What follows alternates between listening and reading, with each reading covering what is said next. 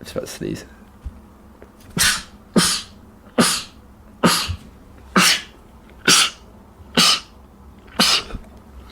Sorry.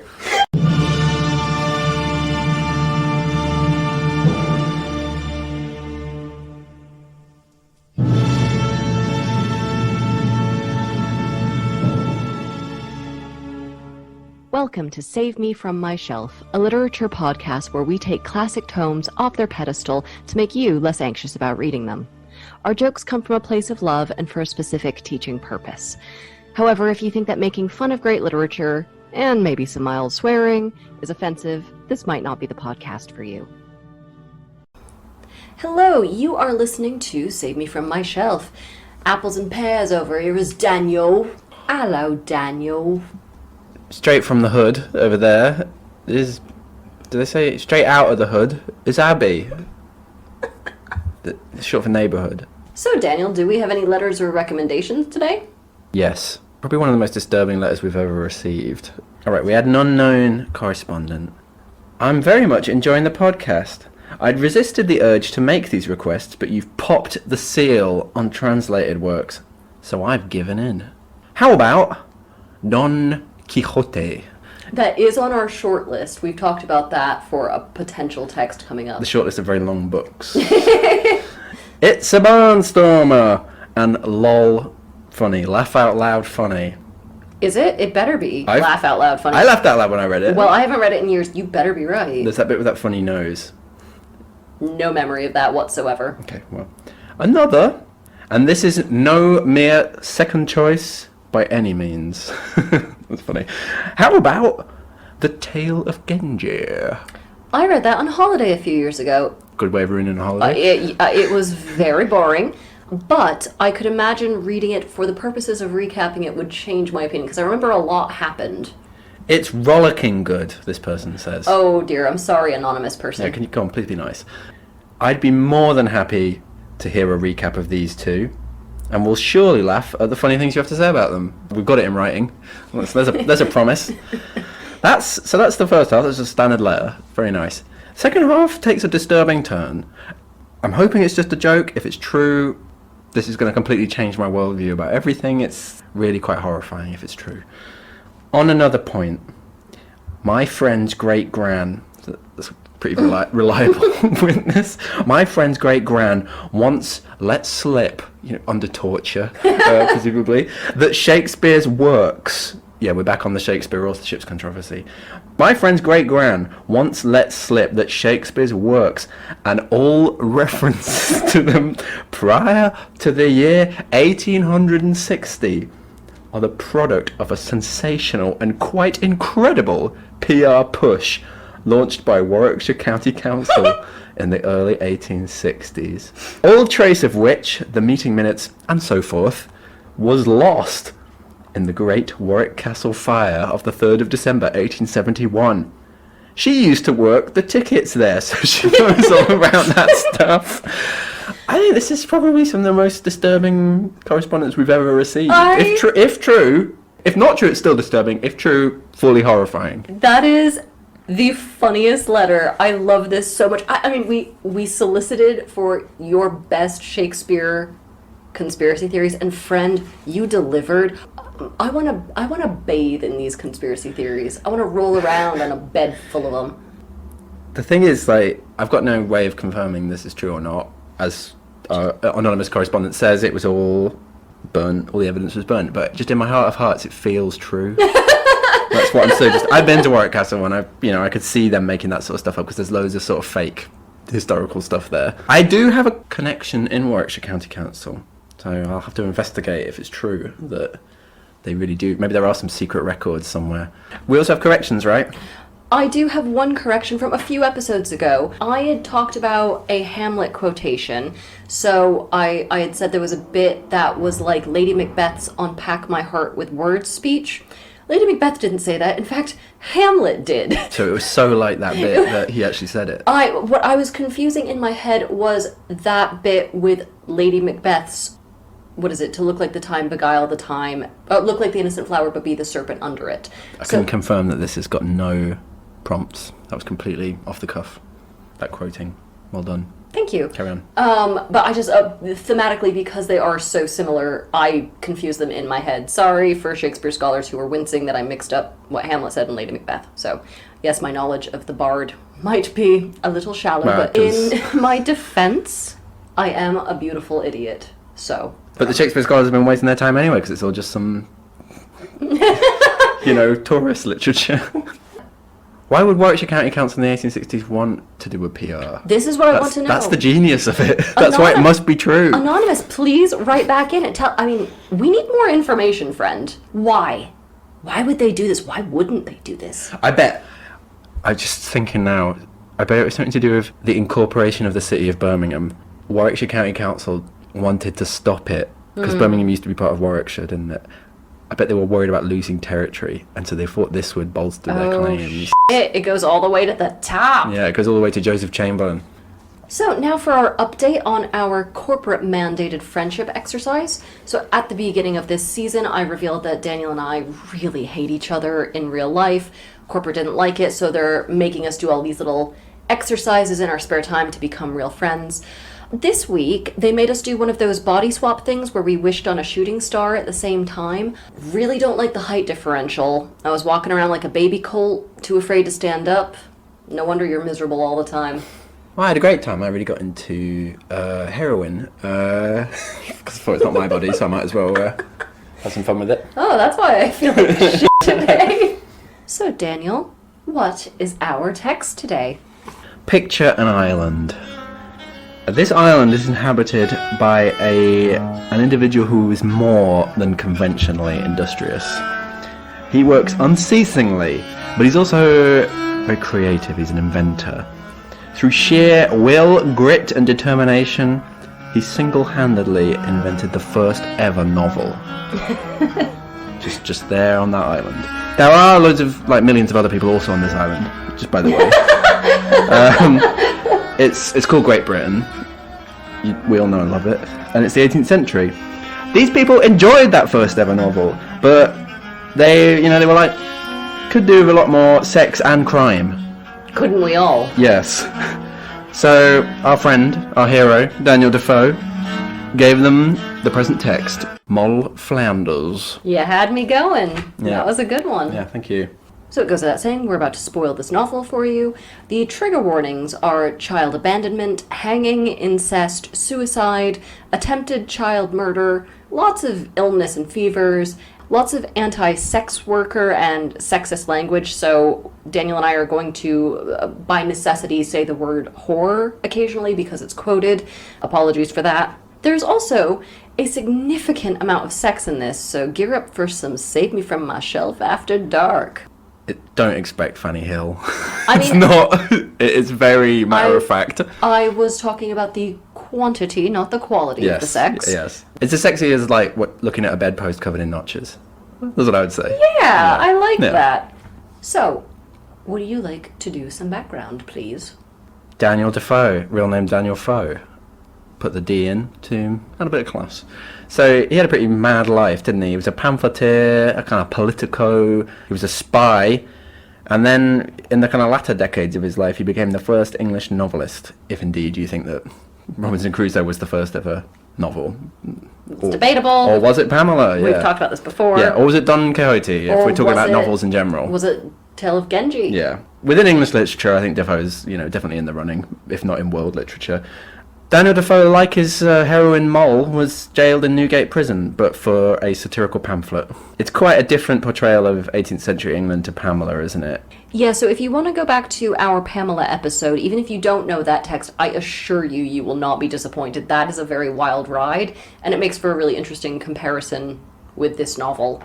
This is also not quite a picaresque novel, but kinda, so he's clearly working from the picaresque tradition. Picaresque novels tend to follow one protagonist through a loose series of adventures. Usually it's about a lovable rogue, and it's not like... It doesn't seem that lovable to me. Well, or a rogue, fine, but it's a little loose on cohesive plot. It's more just like, and then they had this adventure. Moll Flanders has a much more of a tightly knit arc. Yeah. All right, so my bad Cockney accent is locked and loaded. Great. And also my accent coach is on vacation this week, so you're in for a real treat.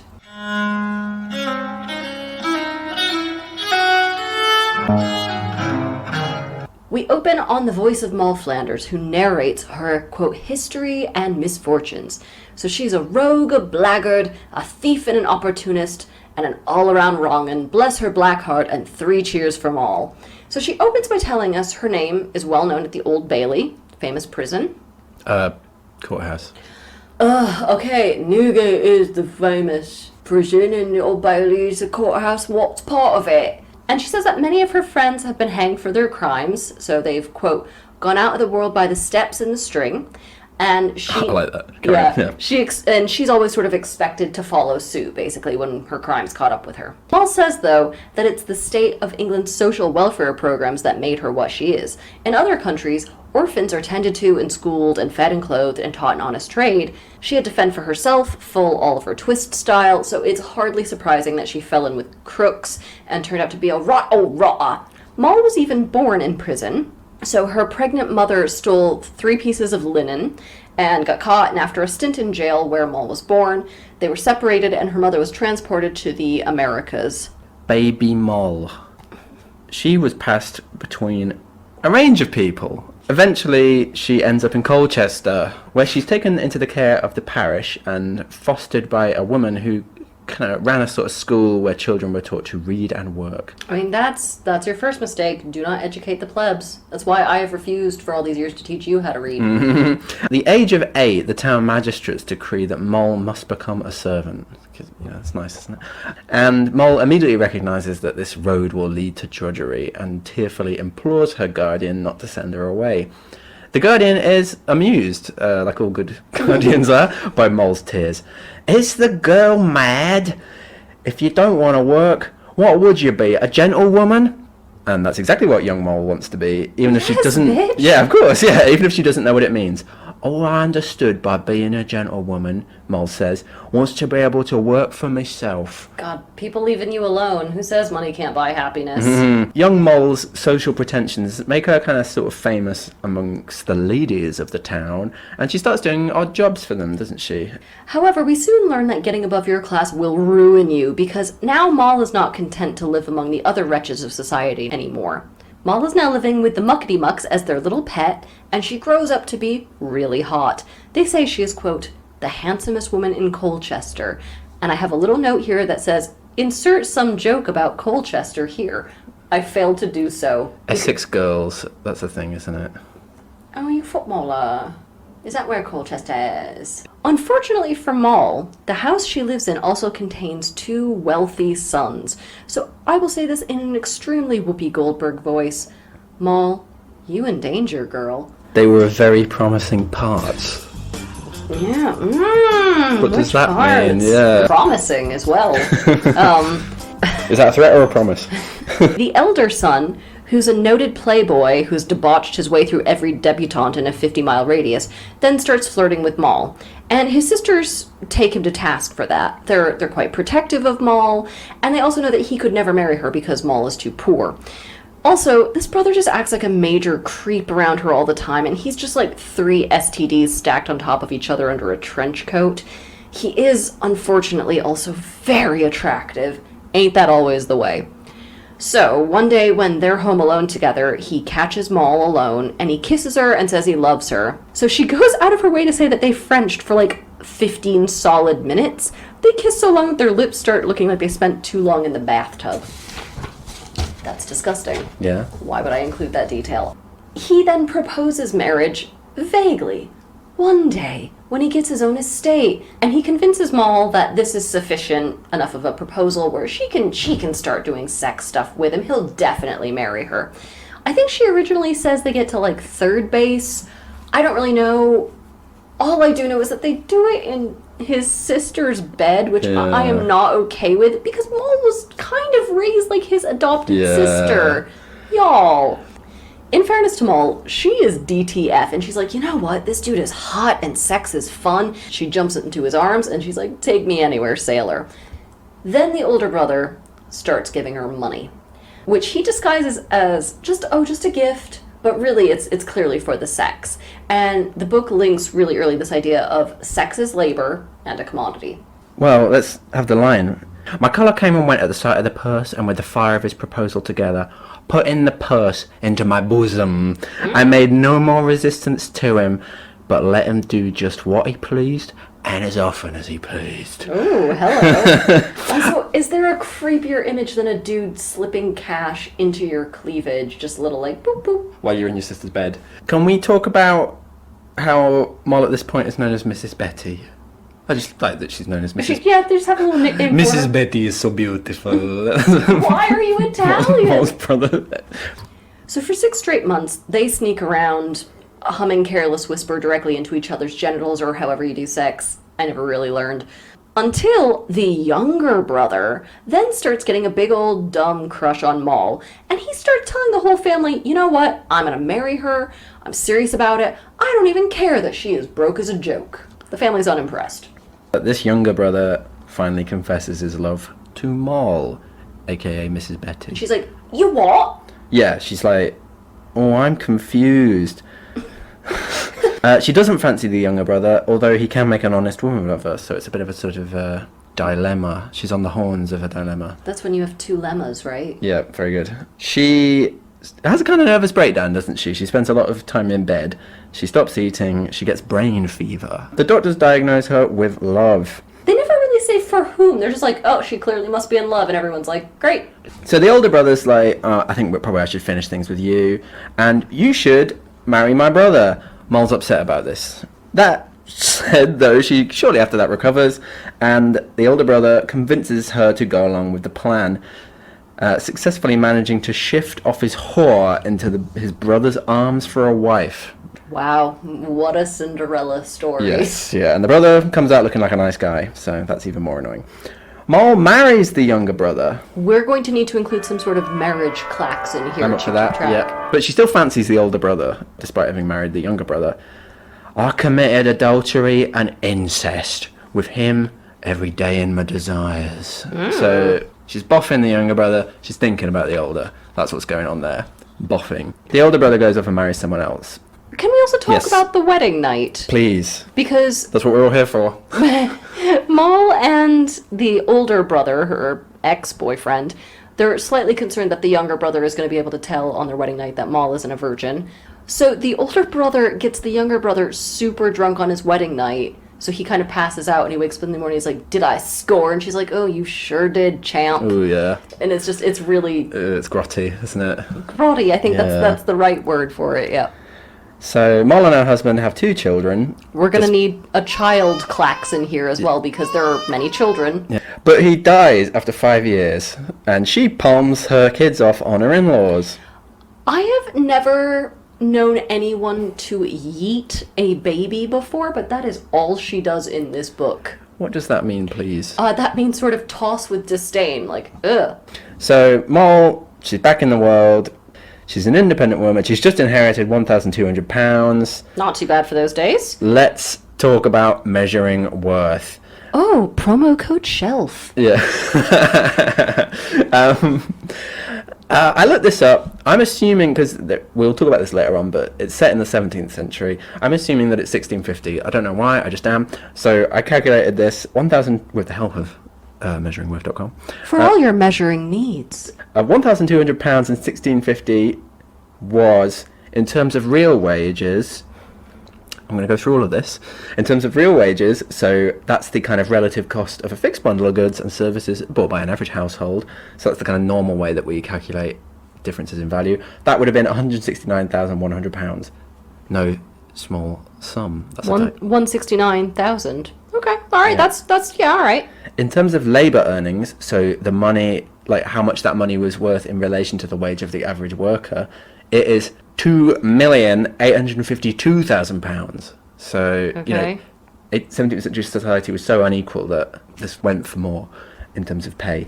In terms of relative income, so wealth in relation to per capita GDP, so the economic status of the money, this is worth £5,164,000. And finally, in terms of relative output value, so that's the income in relation to the total output of the economy, so it's kind of influence within society, it is £51,520,000. Daniel, I'm going to need you to bottom line this for me because the rate of inflation will have increased by the time you finish. Very good, very good. Moll is a hot young widow. She has gotten rid of her boring-ass kids, got actually a pretty good chunk of change, brush your hands off, doot doot, next husband, goodbye. It is time to go husband hunting, friend. So she goes into town and gets swept up with a bit of a fast crowd, and she has a bunch of interested dudes because why wouldn't you, hot, rich young widow? But none of them are quite rich enough or serious enough about marriage for her. She's learned her lesson, right? She says, quote, "I've been tricked once by that cheat called love, but the game was over. I was resolved now to be married or nothing, and to be well married or not at all. Good for you, Anne Boleyn that shit."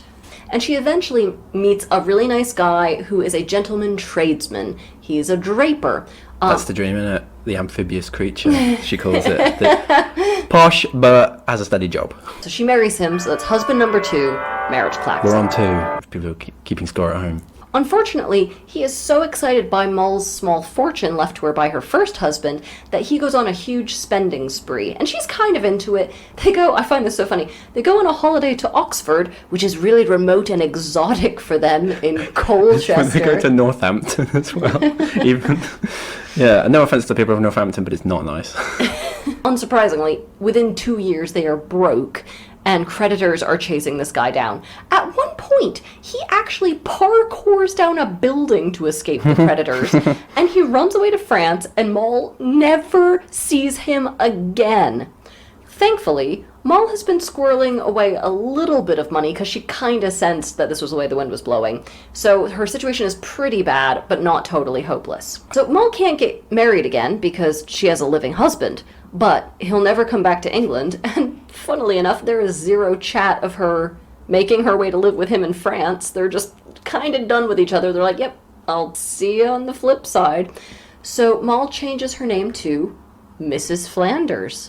Hi diddly ho, Fraterino. She also reveals in one sentence that she apparently had a baby with this husband, so child klaxon. But the baby died, so Phew. good. Moving right along, who gives a shit? We're up 2 husbands and 3 kids.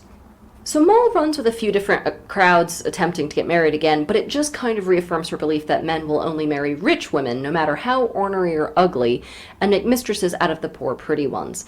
And she gets really angry and misandrist in this section, which I love.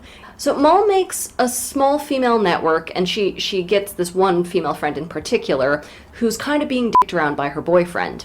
And Moll says, you know what, just say the word and I will gone girl him for you because I am fed up. You know why I'll do this? Because I've got no friends, no skills, and no money, just a great pair of honkers and an unstoppable dream to destroy all men. The friend's like, yeah, that sounds pretty good. And so Moll completely ruins this guy's reputation and life by spreading all these really nasty rumors about him until the guy eventually comes crawling back to Moll's friend to beg her to marry him and saying how sorry he is. You and I have talked before about how I would love to develop a sort of university module on women's rage, and I would include this section, I think. So, we get a few more episodes in which Moll and her friend game the marriage market. Moll has a bunch of rumours spread that she is a wealthy widow, and soon the admirers start flocking to her.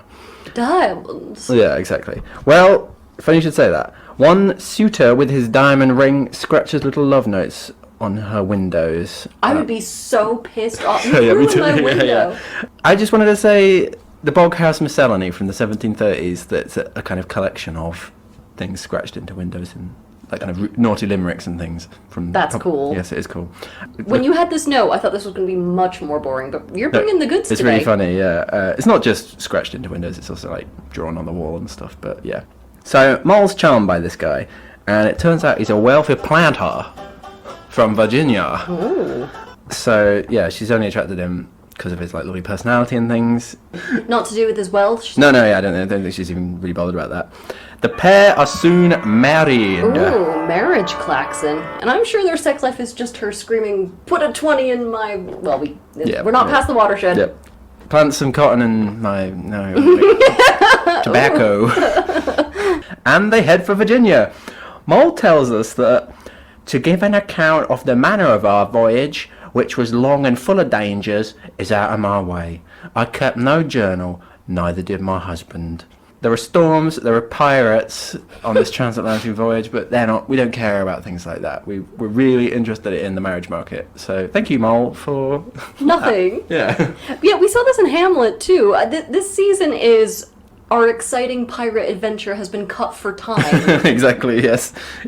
Moll has a pretty comfortable life on the plantation, and soon has 2 babies, 2 children. Klaxon here. Yes, please. 2 of them, please. Yeah, she's having a great time. I wouldn't applaud just yet. Doesn't work out that great. Okay. Just gonna say, here. Things are pretty good in Virginia in general. Brackets if you're white, let's just... Yeah. That could be applied to a lot of world history. Yeah. On... There are few social pretensions in Virginia. People can reinvent themselves here, even transported criminals. Someone tells her that there's Major Blank. He was an eminent pickpocket. Pickpocket. He was an eminent pickpocket. He was an eminent pickpocket. There's Justice Barr, who was a shoplifter. Don't you know? You can start off as some kind of crook and end up the president of... It's not illegal if you're really good at it. Yeah, exactly, yeah. Yes. Moll gets on very well with her mother-in-law, who was herself once a Newgate bird, i.e. she went to prison. Newgate prison, to be precise. Not the Old Bailey, which I've had crammed Well, she down went via the Old Bailey because that's the courthouse. Jesus. Now her mother-in-law is a respectable and wealthy woman. However... What? Yeah, there's a rub. No, I thought this was the end of the book. No. Moll one day realizes that her mother-in-law's life story sounds a little bit familiar. But who else do we know was in Newgate at this stage in the book? That's what Moll's thinking. She starts to get uneasy. She asks her mother-in-law what her name is. Because I guess she's been calling her "Hey You" this entire time she's there to have however many children. Nobody really has names in this book. I don't even notice that. One except person, Moll, yeah. who doesn't even really have a name. I came to reflect that this was certainly no more or less than my own mother. Fucking qua. And I had now had 2 children and was big with another by my own brother. And lay with him still every night. So Moll, she somehow married her half-brother after her mum got transported from Newgate jail to Virginia. This is the darkest Penthouse Forum letter. Dear Penthouse Forum, I never thought it could happen to me. But then it takes like a really sad, twisted turn. But in a kind of very boring style. Yeah. Oh dear. So she's been fucking her brother. Yes. This is... Half-brother. Could be that's fine. Could be the top half. Moll's beloved husband / half-brother suddenly becomes nauseous to her. But she can't bring herself to reveal the horrible truth to him, especially because it would invalidate their marriage and render their children illegitimate. So they just kind of start to grow estranged. Yeah, so Moll can't figure out what to do, so she finally reveals her secret to the old finger and thumb. It's Cockney rhyming slang from Mum. Virginian rhyming slang, don't you know? Don't be mad at me, Daniel, because I'm bringing Moll to life. Yes, thank you. So the mum is like, well, darling, you f***ed your way into this mess and you can f*** your way out of it. Just stay quiet, enjoy your marriage, have fun being rich. Now, Moll, as it would be with many of us, thinks that this is just the giddy limit, so she goes on a sex strike for the next 3 years and refuses to tell her husband why. And unsurprisingly, this has a negative effect on their marriage. So her brother husband is like, what is happening? Shouldn't we be rolling around on a bed full of cash crops and human chattel without a care in the world? Madam, I do declare that I am owed some conjugal pleasures. I have needs, madam. So Moll begs him to go back to England. I don't really know what that would solve, but she's like, we gotta head back there. He says he can't because all of his wealth and his investments are here. Yeah, carry on. They fight so much, and she behaves so weirdly that he threatens to put her in a madhouse. So the brother husband eventually signs a contract with Moll saying he will chill the f*** out if she finally tells him the truth. I love this thing. He signs the contract, and Moll finally tells him, hey, you're my brother. And he gets a brain fever over it and attempts suicide. And that's all going to be real hard to explain at the coroner's inquest. God, I keep making that mistake. Can we have the bit where he's just like, he kind of like turns red for a second. Oh, yeah. She's like, remember the contract. And he's like, oh, cheerfully withdrawn, you know? Yeah. You have written here that he remembers he is contractually obliged to mellow.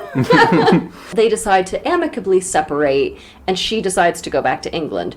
So then she and the brother husband decide, like, listen, we're just going to pretend that the other one has died, so we can each slip off into the night with no one being the wiser and marry again. She's the Banksy of marriage. Keep in mind, she is still married to the linen draper.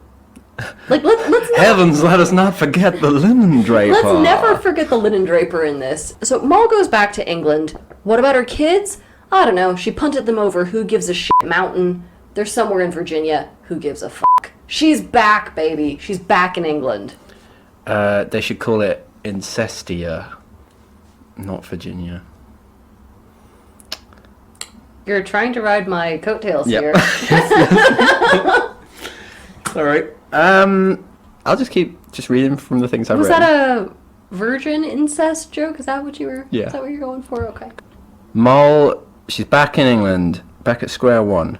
She expects a valuable shipment of tobacco from Virginia, to be sent by her brother husband. Sort of her alimony payment. Yeah, exactly. Really. Yeah. And the sale of that will tide her over for her new life. However, she goes to Bristol, where the good ship is destined. The good ship. No. Tobacco. When she goes to Bristol, where the good ship was destined, she finds out that it was hit by a storm and that much of the cargo was damaged. So all the cigarettes. Ooh, anything worse than a wet cigarette? Yeah, well, I couldn't imagine. She's unfazed by this because Moll's great, isn't she? She's like, I'm far from being old. I'm always gay. Might as well just get back into the old race.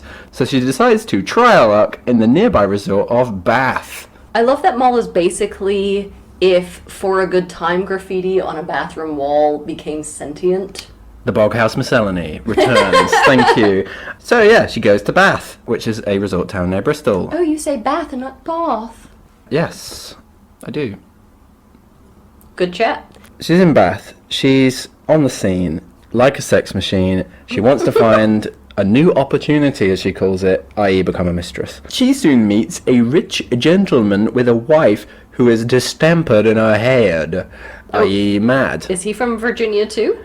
I want them all to be. And well, anyway, it doesn't matter. She tells him she's a widow, and very quickly she's his kept woman. It's kind of like a friend, though. He's just like, hey, you're really nice, be my, like, lady companion, but it's all strictly platonic, I'm married. Yes, they have a strange relationship. He goes into her bedroom, sometimes even her bed, but they never kiss or anything more. And they are naked, too. He's like, hey, let me go slip into something more nothing. Well, and then he fails to pull the trigger. He explicitly says, we're not going to have sex. If I was naked in bed with you, I would as sacredly preserve your virtue as I would defend it if you were assaulted by a ravisher. And he does. And he proves that, yeah. But he does for 2 years. They have 2 years of weird, naked, cuddling slumber parties. 2 years! Soon, one night they decide to get drunk. I don't know why. They've just been like doing puzzles until now. And after some follies, which I cannot name, Moll tells us, they have sex. I don't know what those follies were. Hand stuff? Alright. Strip bezique. Soon Moll is pregnant. She becomes a full kept woman. Not a marriage klaxon, I think. Well, I ask that because it's almost a common law wife situation, but obviously I'll give it some sort of alternative marriage klaxon. Mistress Klaxon. Mistress Klaxon, okay. Hello, my name is Mistress Klaxon. I'm a character in a Sheridan satire. Maybe that'll be the klaxon. Little something for the 18th century fans out there. Yeah, this tested really well. More of this, please. This is where they start calling her Mistress Cleave, which apparently is 18th century slang for slut. His name is Cleave. In my version, there was a footnote saying that Cleave was 18th century slang for somebody with loose sexual morals. Maybe. God, if only I knew somebody whose middle name was Cleve. If only, yeah. Yeah, Daniel Slut Jenkins Smith. That's what we call you around the department. Okay. It's normal. It's a very unhealthy work environment. HR, get them involved. Moll has a son with this guy. We are up to 8 kids now, for those keeping score at home. And this is the first thing she says about any of her kids, and all she says is she thinks this particular kid is, quote, charming. So she and the dude are together for 6 years, and she has 2 more kids, up to 10 now. How sad is it to have 10 kids and you only like one of them? Sounds about right. She's just like, yeah, after the first time, it's just diminishing returns. Then her boyfriend guy, common law husband, whatever you want to call him, he gets really sick. And he gets so sick that he almost dies. So he sort of goes off to London. She's still in Bath, presumably. And the doctors manage to save his life, but at the very last minute, so he really is put through the ringer. And he has a bit of a deathbed repentance, and decides that, you know what, he's found Jesus, he just can't do this adultery thing anymore. Can we have the quote? Sure, we can have whatever you want. My lover had been at the gates of death, and at the very brink of eternity, and it seems had been struck with due remorse. Even though he has this crazy wife that he hates and can't divorce, and even though he and Moll have had a great life together, he'll pay for the kids, but she needs to get her mixtapes and her toothbrush and her hoodies and get the fuck out. They need to end their criminal correspondence. That's what he calls it. It was a crime, wasn't it? God, criminal correspondence makes it so much hotter. Don't word it like that. She's getting all like, oh yeah. Criminal correspondence. She just never should have left him alone to recover on his sickbed. It's only pleurisy. People get over that. She knew he would find Jesus, though. Just, Moll, baby, you fucked up. Yeah. Moll writes to him, and she says, while she's devastated that he's breaking up with her, she's not going to stand in the way of his repentance, and she hopes that one day she'll achieve the same level of spiritual rebirth, and for just the low, low price of £50, she'll leave him in peace and go back to her family in Virginia, where she'll be away from a life of temptation. She then tells us, the reader, that she's a dirty liar, and she has no intention of going back to Virginia. This was indeed all a cheat. She genuinely had me here. I believed her lying ass. She said, quote, the business was to get this last £50 of him, if possible, knowing well enough that it would be the last penny I was ever to expect. Also, can we just talk about 6 years together in which she has sort of relied on him financially for everything, and she gets 50 quid? Oh, thanks, Ted. I'll finally be able to afford that nothing. I wasn't going to read this, but there is a measuring worth thing for 60 quid as well. Promo code shelf. In just sort of standard inflation, it's £3,000. Let's go for the highest one. I won't bother with the middle ones. £709,500. Still not enough. So that's its relative output value. Moll is single again, more or less. She is still technically double married, but to the linen draper and her brother. Yeah. Daniel, you know how I hate to reference Austin Powers 2. Yeah. On this it's never podcast. happened before. But cue the theme music. I'm single again, baby. Thankfully, she has a bit of cash and some valuables. Although not enough to live comfortably in London, because as we all know, London's very expensive. She tells us that nearly 20 years have passed since her first affair. I did not look the better for my age, nor for my rambles to Virginia and back again. There would always be some difference between 5 and 20 and 2 and 40. So she's old. She's getting old. Yeah, this is such a weird book where it's interrupted with like sort of social commentary and lists of dry goods and haberdashery. Yes, yeah, I like all that. Yeah. In sort of the middle of rampant carnality, which is also like described in a really dry very way. Transactional terms. And then he purchased 2 bolts of lace from me, a blowjob, and you know, it's like that, isn't it? Yeah. Moll then meets a northern woman who is, quote, mighty sweet upon me. Queer reading, hooray! I did not. I mean, yeah, but also in the most nominal. Friend. Okay, keep going. Hang on to your asshole, because it gets a little bit more explicit. So this woman talks Moll into moving up north. You should move north. Because London is too expensive. Now, Moll doesn't want to travel all that way with all of her money and valuables, sort of strapped to the top of a buggy in case they're robbed, which is, like a pretty realistic concern. She very wisely decides to not Beverly Hillbillies this bitch. So she's like, look. The one for the kids. So Moll looks for an honest man in London to help her invest all of her stuff, basically. And she meets a bank clerk who she thinks is super honest, but he invites her over to his house at night to talk about her investments, and instead he spends the whole time talking about how his wife is a hooer who is cuckolding him. A boring married bank clerk needs therapy? Meow, what a cat. So Moll, whose business meeting has turned into the world's worst Tinder date, is like, great, yeah, you're a cuckold, your wife's a whore, fine. Could we talk about putting my money into a stocks and shares ISA? And the dude, who's just completely fallen head over penis in love with Moll, proposes that he get a divorce from his wife and marry Moll, and maybe we have some sex. Moll is like, I'm not falling for this one. Divorce your wife, and then call me, and we will see how serious you actually are about marrying me. I'll be up north, bye! He's not really a clerk, is he? I think he's more like a banker. I've been waiting for this footnote. Yeah. I thought that's important to say because... But they call him a clerk, don't they? Yeah, I know, but I'm thinking, like, if you say clerk now, you think... He's like an investment banker, but they call him a clerk. Yeah. But the word clerk that is speaks to fine. the measuring worth thing, doesn't it? That sense that, like, anybody... Like, clerk encompasses a banker. Because the economy is much poorer, but it's also much more unequal. You said this book wasn't actually sexy. Look at you getting found a way. measuring word clerk on. Yeah, My God. Yeah. Moll is wined and dined in Warrington and Liverpool. Glamorous Warrington. Yeah. I need a quotation here. I'm gonna Please. I'm gonna do this now. She spends a lot of time with her lady friend who talked her into moving up north, who, quote, caressed me with the utmost appearance of a sincere, undissembled affection. Queer reading. Yes, that's it. There we go. There it is. You know what, Moll? You're all right. You are. You're not like the other girls. Moll meets gentlemen and rich merchants and loads of Catholics. That's what Lancashire's good for, isn't it? Catholics. Soon, James brackets Jemmy, an attractive Irishman. Is there any other kind? I think there might be. Turns up on the scene. You can tell he's hot because she gave him a name. Yes, that's true. Yeah. That's how Multicleve, Jemmy. That's it in terms of people with names in this book. In the film version, when he walks through the door, Careless Whisper would be played on a tin whistle. Ooh, that's classy. That.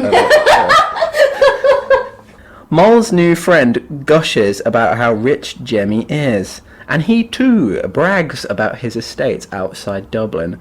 Moll is very excited to have met this rich, handsome young Irishman and forgets all about the clerk in London. I forgot about the clerk in London. Jemmy is just as excited to have met a rich gentlewoman. The pair very quickly get hitched in a Catholic ceremony. I was going to say, that is an oxymoron. You cannot quickly get married in a Catholic ceremony. That shit's like 3 hours long. Right. I've been in a Catholic wedding. And yet Latin is such an economical language. Also, bigamy much? No, let's not forget. The linen draper. Never forget the linen draper. Hashtag never forget the linen draper. It soon dawns upon Moll's new husband that she is not as rich as the rumours suggest.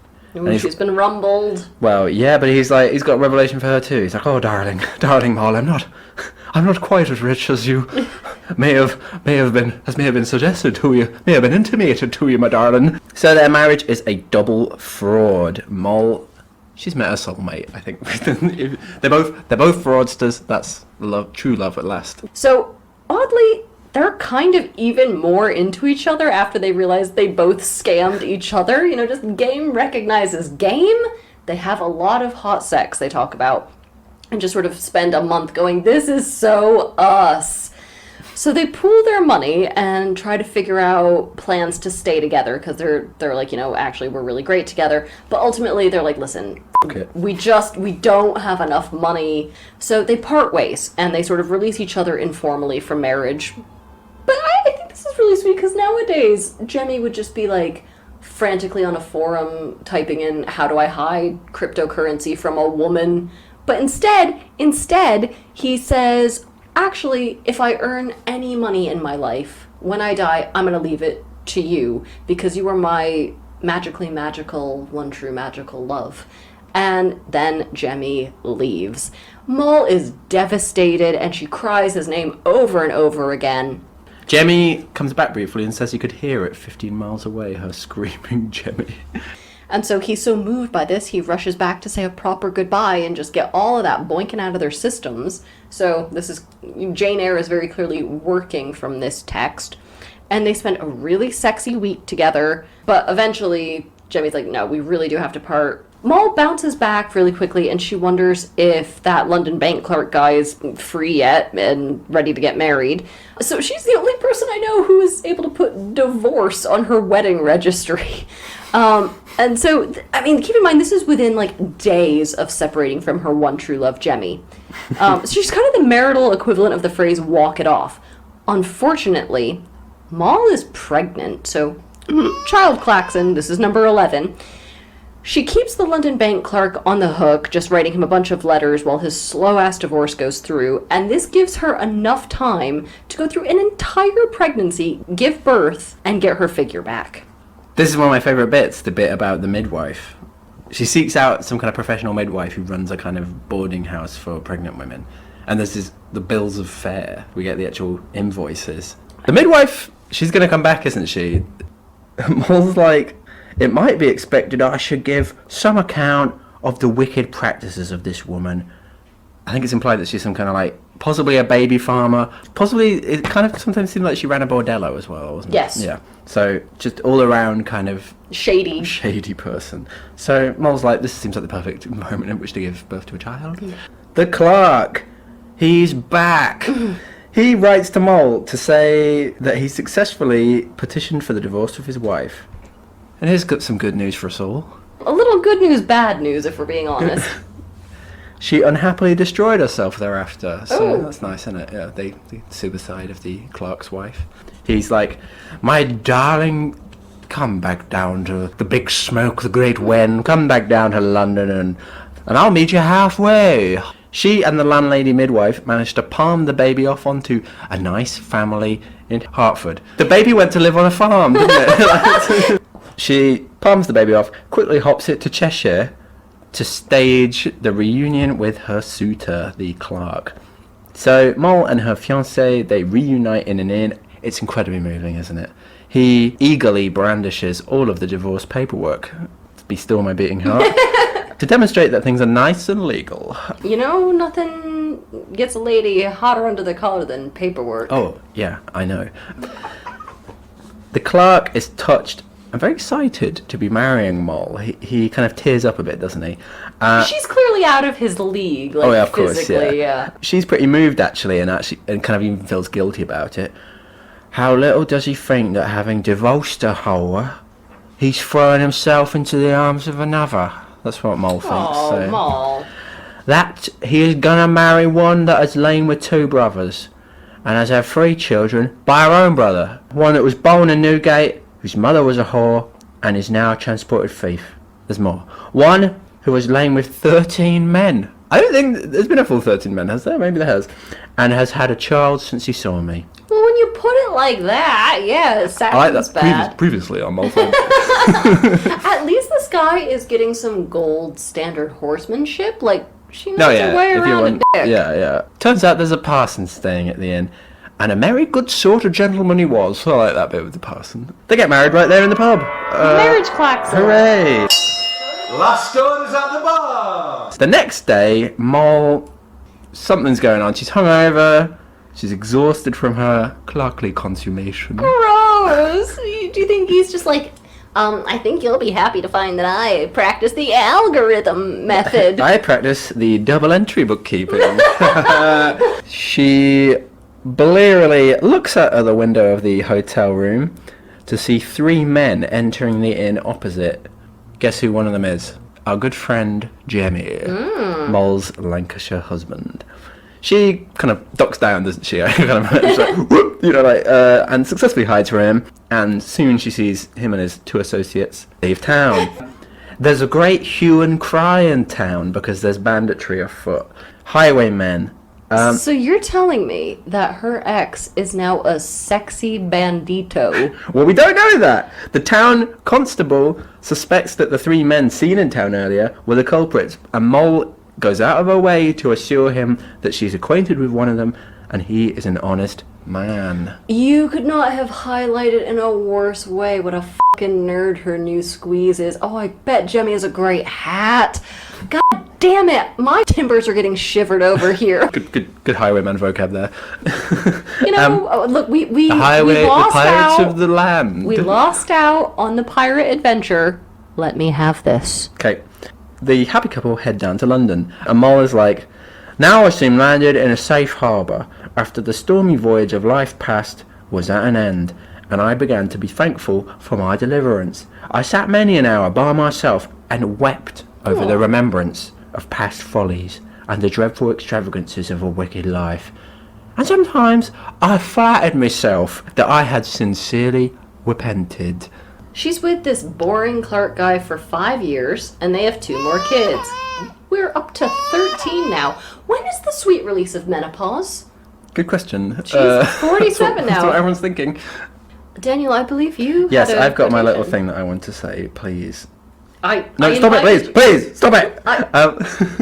She has a nice time with it. The Clark husband might be a little bit boring, but she does have a nice time with him. She lived an uninterrupted course of ease and content for 5 years, when a sudden blow from an almost, here's the kicker, invisible hand blasted all my happiness. Little economic historians out there. It's Adam Smith, isn't it? Adam Smith's invisible hand, the market. The Clark's finances, they've gone bust. You were so proud of I was yourself. very pleased with that. It's exciting to see that, isn't it? I'm impressed with you right now. So her husband goes bankrupt and dies of despair because of it. You know, the pendulum swings, friend. So she wastes 2 more years watching her finances dwindle before she embarks on the part of the novel that I remember most. This is the only bit I remember really from my undergrad. Moll's Life of Crime. Now, I'm going to make a note here.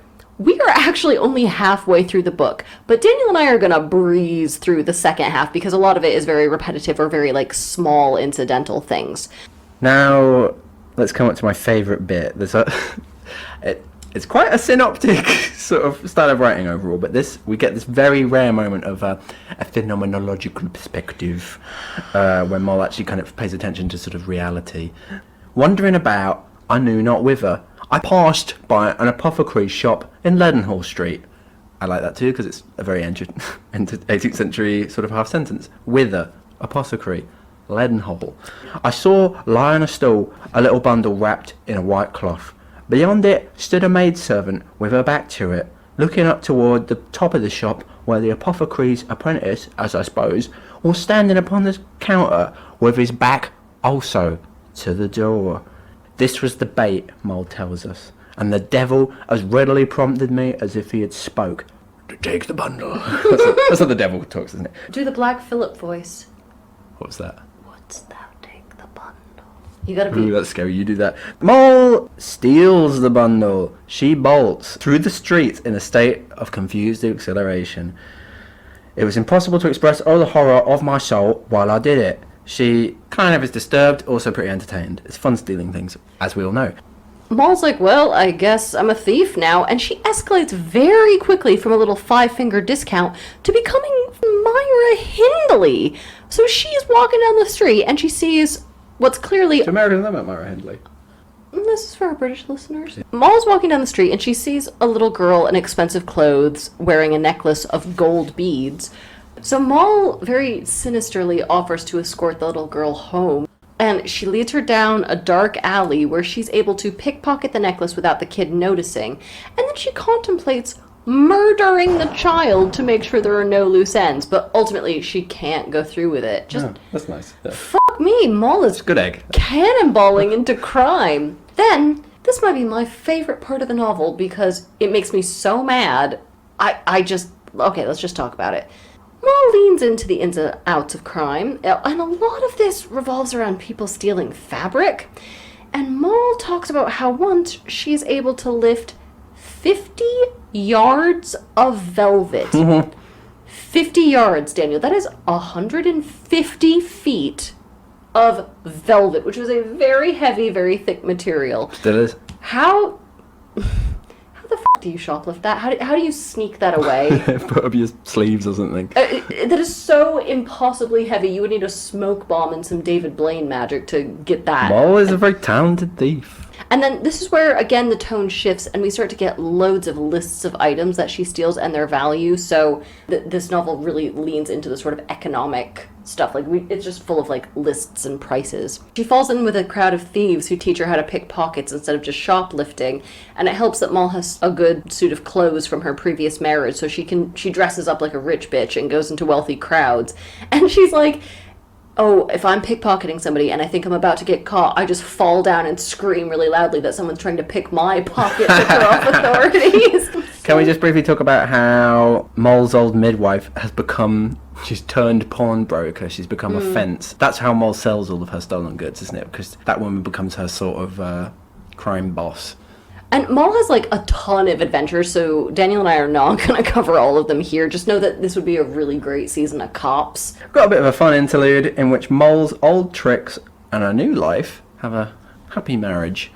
She goes to Bartholomew Fair. She flirts with a drunken old posho. That's what you do at Bartholomew Fair. That's standard practice. Yeah, it's tradition. He and Moll take a coach to a motel, or whatever the kind of 18th century version of a motel is, and Moll tells her that I by a little and a little yielded to everything, so that, in a word, he did what he pleased with me. I need say no more. She's like, don't scream my name, though. Damn, Cornelius, I got warrants, bitch. Exactly. That's a direct quote. In the coach back from their liaison, the guy is so drunk that Moll can search him to a nicety. Can I ask how he was able to do what he pleased if he's that drunk? Well, maybe he got more drunk afterwards. That never occurred to me. Continue. She takes his gold watch, a silk purse of gold, his fine, full-bottom periwig. She stole his damn hair! Yeah, his full-bottom hair. Why has he got a wig for his bottom? A merkin. And some silver French gloves. His sword and a fine snuff box. Classic sort of 18th century kit there, isn't it? No man would be without those things before leaving the house.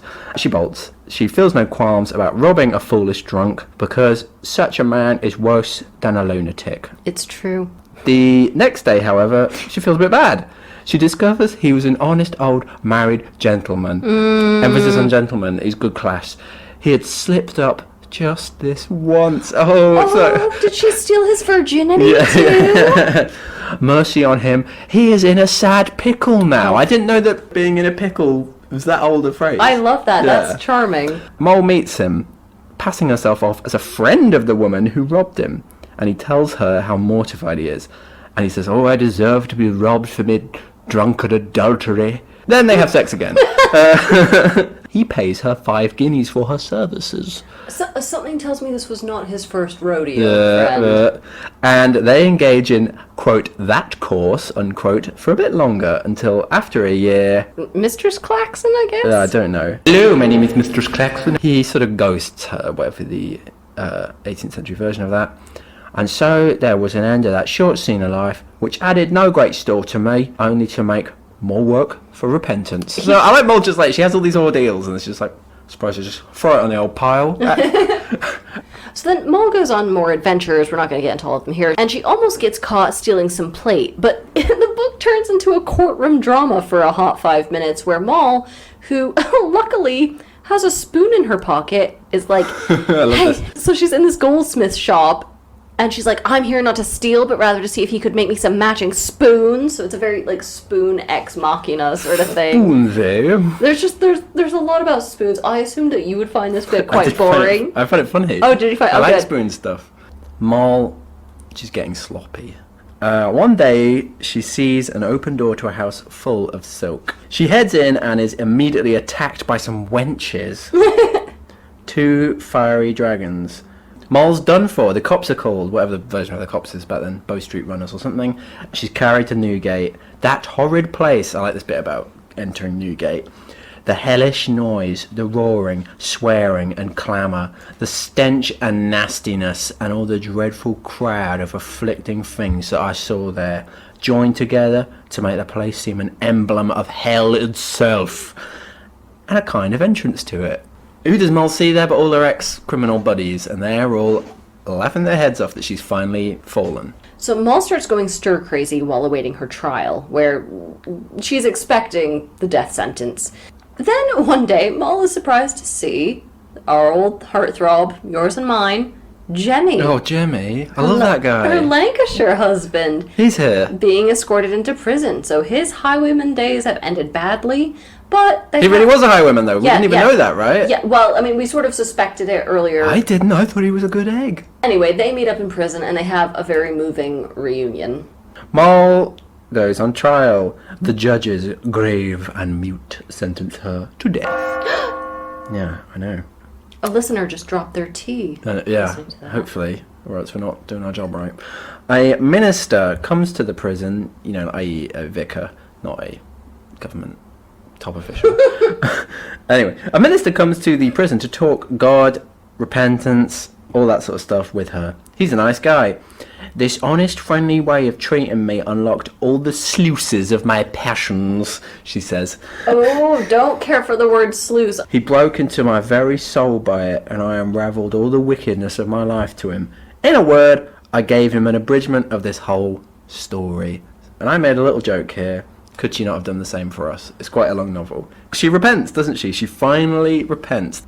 The minister's like, Moll is truly changed. I'm going to get her a reprieve. She's just going to be transported instead. Moll has a word with her old governess, who comes to visit her in jail, and the governess is like, alright, technically being transported means you're going to be an indentured servant in Virginia, but it's alright if you're rich, which Moll is. You can have a pretty cushy life out there in the colonies. So... Darling, I'll sail anywhere if you sail me first class. Exactly. I'll sail straight to hell. So Moll and her governess somehow wangle it that Jemmy will get transported with her to Virginia. There is a bit where Jemmy says that he would rather die out of honour than get transported. But then Moll's like, come on, darling, wouldn't you rather live with me in Virginia rather than get hanged? And he's like, oh, well, I suppose if you put it that way. On the boat, they get on the boat. Moll is just so jammy, isn't she? She kind of manages to schmooze her way into being treated like a normal passenger on board. And she and Jemmy, they even dine with the captain. So it's all turned out pretty nicely for serial criminal and adulterer Moll Flanders. Just the fucking cojones on this woman. Check out Marie Antoinette over there, just being like, these poor motherfuckers in steerage don't even deserve to look at me. So Moll arrives in Virginia and I guess is just set free. You'll be happy in Roanoke, said no one before or since. Well, she goes to the Potomac, doesn't she? Daniel, could you tell me what state the Potomac is in?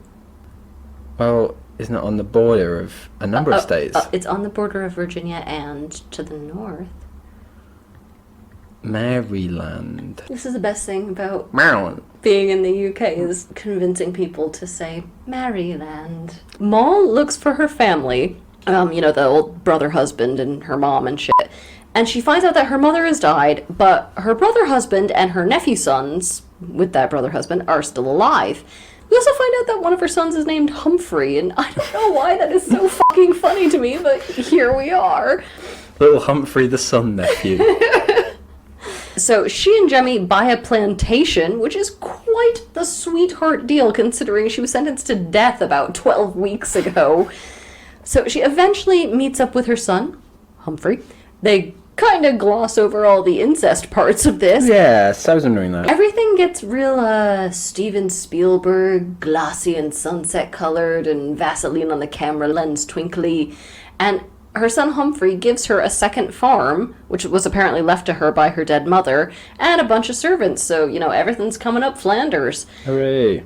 Moll's eyes turn into dollar signs, and she even starts wishing that she'd left Jemmy to rot in jail. Poor Jemmy, that's terrible. I was like, Moll, why are you losing us at the 11th hour? Come on, man. So she backs down and then is like, but I love him really.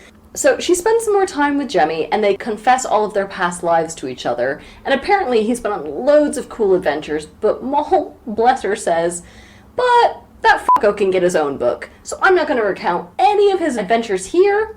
This is my story. She and Jemmy go back to England and live as wealthy Christians. She's cynical, isn't she? That's a great ending. What's the line? We went to England, where we resolved to spend the remainder of our years in sincere penitence for the wicked lives we have lived. By the way, we're really rich. The end.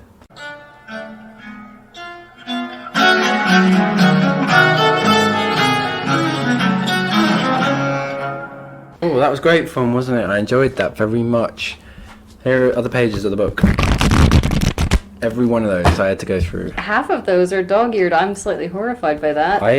You love dog-eared. I dog-ear books. Sorry. Maybe one day I'll live in penitence for the wicked life I've led. So, I think about now we should be getting a casting. Casting? You want some casting, friend? I would like a full period drama, biggest budget on sets and costumes and everything. But the dialogue and the characters, full blaxploitation film. This is an exploitative book. I would love to see Pam Grier done up all in her, corsets and laces and things and people in periwigs, but Full bottom wigs. I would just love to see this in the sort of the kit of any sort of prestige historical drama with blaxploitation dialogue and actors. Yeah, that's cool. Yeah, I like that. Some analysis, please. I had a lot to say about this. I felt like, however entertaining we undoubtedly made the book seem, it's a very boring read. I'm just going to keep saying that. I enjoyed reading it, but it's very boring. It's incredibly abstract and kind of synoptic in tone, isn't it? It's very emotionless, and there's no kind of like empirical data really, apart from that one bit that I like. It's all about time taken, money gained or lost, laws broken, and just morality is something that's very external. Moll doesn't ever really feel very guilty. She's incredibly means to an end. I mean, what's going on with that? I really liked that about this book, especially because not very long after we got Gothic fiction, which is fixated really pruriently on powerless, sexy young girls, and it's just all very emotional and very whatever. Yeah. There's a lot of remorselessness and calculation on Moll's part, and she's really steering this ship. Like, no one even comes close. Yes, yeah. Jemmy doesn't even. Most of her husbands don't get names. This is Moll's show. Yeah, exactly. Yeah, she's always looking out for number one. She doesn't really have any sort of inner complexity because it's all just about survival, isn't it? It's a really cynical story. But she says explicitly that she has been forced to be that cynical because of we have course, social yeah. welfare. So if you are sort of turned off by this, she's like, well, friend, there's an alternative. Take care of your goddamn people. Well, maybe we should, I don't know if we should talk about that a little bit, about the kind of the morality of the book. Because there is a preface that talks about morality, and there is a bit at the end that briefly mentions morality, where Defoe's like, or in fact Moll says this, doesn't she? The moral of my story is left to be gathered by the sense and judgment of the reader. I am not qualified to preach to them. Let the experience of one creature, completely wicked and completely miserable, be a storehouse, a useful warning to those that read. So the point is that, like, the book's not meant to, it's not didactic in a way that, like, Pamela is. It's just like, this is what criminals do, this is how society really is, this is the kind of naked truth of 18th century society. So yeah, you're right, it is a social critique, isn't it? It's objective. I mean, it's hard to ignore that because it opens on her saying, like, if you guys just took care of your vulnerable citizenry, we wouldn't have crime, would we? Yeah. And I also love that Moll's second act and the second half of the book begins at 50. You never get this. Yeah, that's cool. amazing. Yeah. She's not really considered any the lesser because of it. She's like, okay, well, I'm not necessarily going to be prime, like, mistress or wife material, but I got other shit I can do. Yeah. And she still is, actually. She becomes the mistress to that guy that she robs. Yeah. she and Jemmy reunite. Like, she still, like, clearly has it going on, and I think that's cool. There are a ton of female networks in this, so she has her mother actually in Virginia, her governess, her many female friends. They have loads more conversations and for longer relationships than most of her romantic And the ones. marriage market stuff as well. Yeah. All of her kind of co-conspirators on the marriage market. Yeah, no, you're definitely right that Moll is attributed a lot of, like, agency. It's not sort of stupid and moralistic in the same way that Pamela is. Is it worth even mentioning, I think it definitely is worth mentioning, that this is based on real women, isn't it? That Defoe supposedly interviewed real criminals in Newgate Prison. That's cool. That he frames this as, like, sort of fact fiction, that Moll Flanders was a real woman. Obviously she wasn't, but I did write down the names of the real criminal. Where are they? There's so much stuff here about tobacco production that I've written down. I can't find the actual women that it's supposedly based on. Wait, I can get this. No. It's gone. Can we talk a bit about time? Yeah. Because it says at the end of the book that it's set in 1683. Or no, that it was written in 1683. So Moll must have been born in the early 17th century. So she lived through the Civil War. She lived through loads of, regime change stuff, the interregnum. She lived through the Glorious Revolution. She lived through the Fire of London. She lived through the Great Plague. None of that stuff gets mentioned. It's all about all history is told through the different boyfriends. Yeah, that is unusual. But I like that where it's sort of, that's a common trope of people who are very low down on the social ladder, where it's like, I don't have time to care about politics. Difference. Yeah, it doesn't make a difference. It's rich people changing power.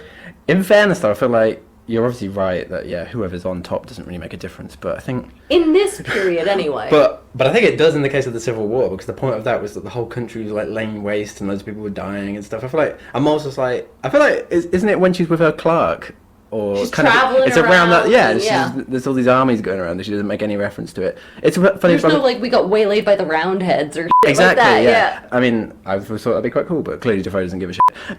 But he wrote that Memoirs of a Cavalier, or whatever it's called, so he has written a Civil War narrative. He wrote the Journal of the Plague Year, so he has written a Great Plague narrative. So he is aware of these things and aware of their narrative potential, but he splits them between his works. He wrote a memoir of a pirate king, but we don't have the pirates in here. He's like, I'm saving that. It's so odd the way he passes this stuff out. I'd be interested to know when he wrote these things. I don't know if those are little nods or allusions to his previous work of you want more of that? You want the pirate stuff? Buy my other book. Yeah, that's or whatever. King of Pirates is 1720, and this is 1722. Oh, it's 22. Yeah. So okay, all right. So maybe that's a little nod to my back catalogue. Apparently that was the thing that everyone in the 1720s loved true crime, and they wanted to hear about pirates, they wanted to hear about highwaymen, and they wanted to hear about gentlewomen thieves. As a white woman in 2022, I can't possibly relate to loving true crime. Exactly. Wow. Oh, we were doing this in the 300-year anniversary. That's fun. Oh yeah, it didn't even occur to me how stupid I am. Can we talk about the parody of romantic traditions? Go on. I was thinking that in our Sir Gawain and the Green Knight episode, there's a lot of sort of kit that we talked about, and I wondered if Defoe's lists of stuff are slightly in that tradition, if there's something from the chivalric to the picaresque to this.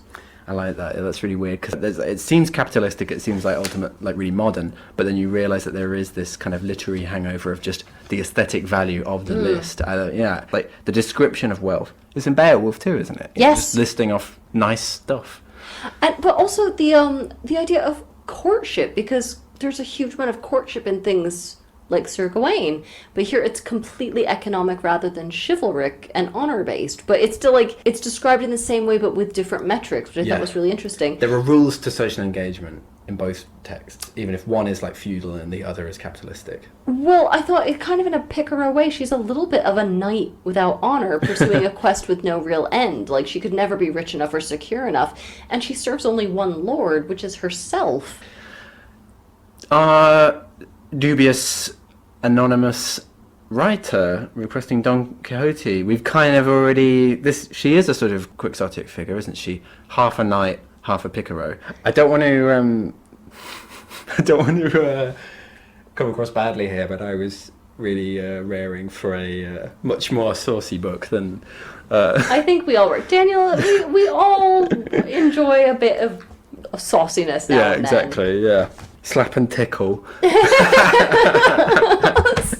That's such a revolting phrase. Oh, now I'm going to have to call you that in one of our introductions. Yeah. Oh, slap and tickle over here. So, there's another problem. So, here is some advice, specifically for reading early 18th century novels. I find them to be kind of difficult in that they're very chatty, very conversational.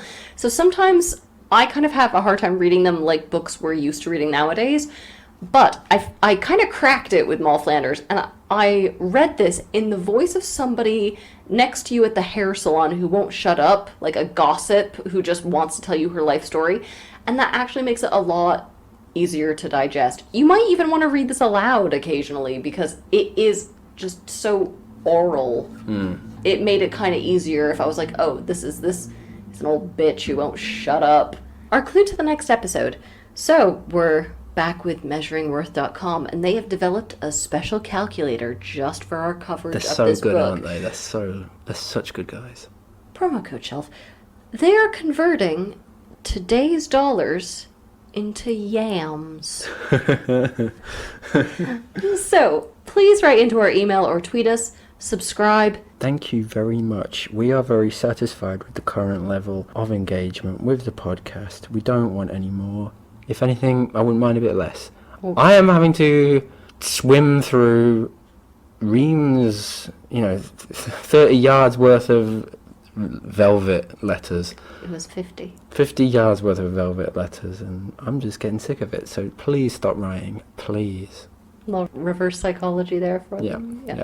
Did you just wink at me? Yeah. You actually physically winked. Yeah. Like an old creep. Thanks for listening to Save Me From My Shelf. Our music is The Overture to Don Giovanni by Mozart, and cover art is by Catherine Wu.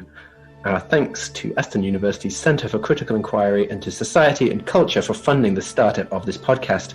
Contact us at savemefrommyshelf@gmail.com or at smfms_podcast on Twitter.